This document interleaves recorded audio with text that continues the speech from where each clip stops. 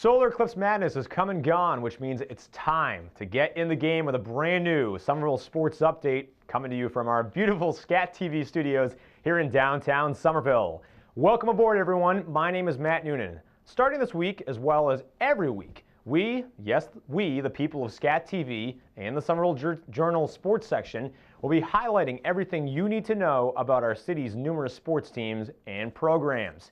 And our first ever sports update on the great Somerville sports scene begins with a look at this year's Somerville High School football team, which looks to continue its momentum from the past two seasons.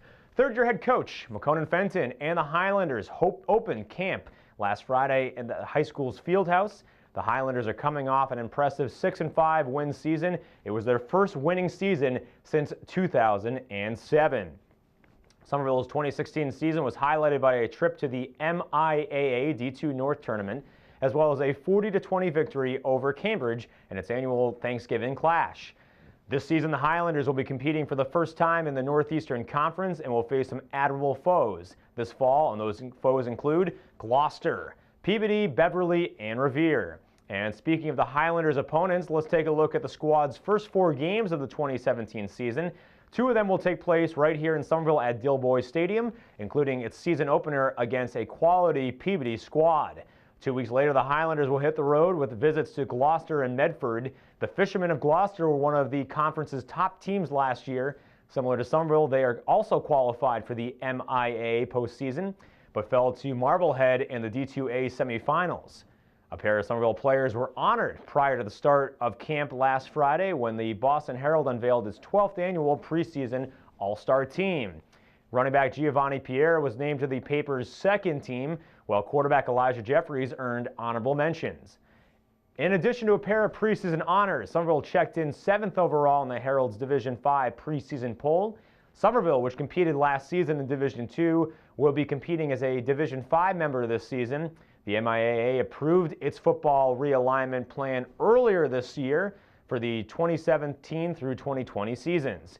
Watertown, Linfield, and Triton secured the top 3 spots in the D5 preseason poll.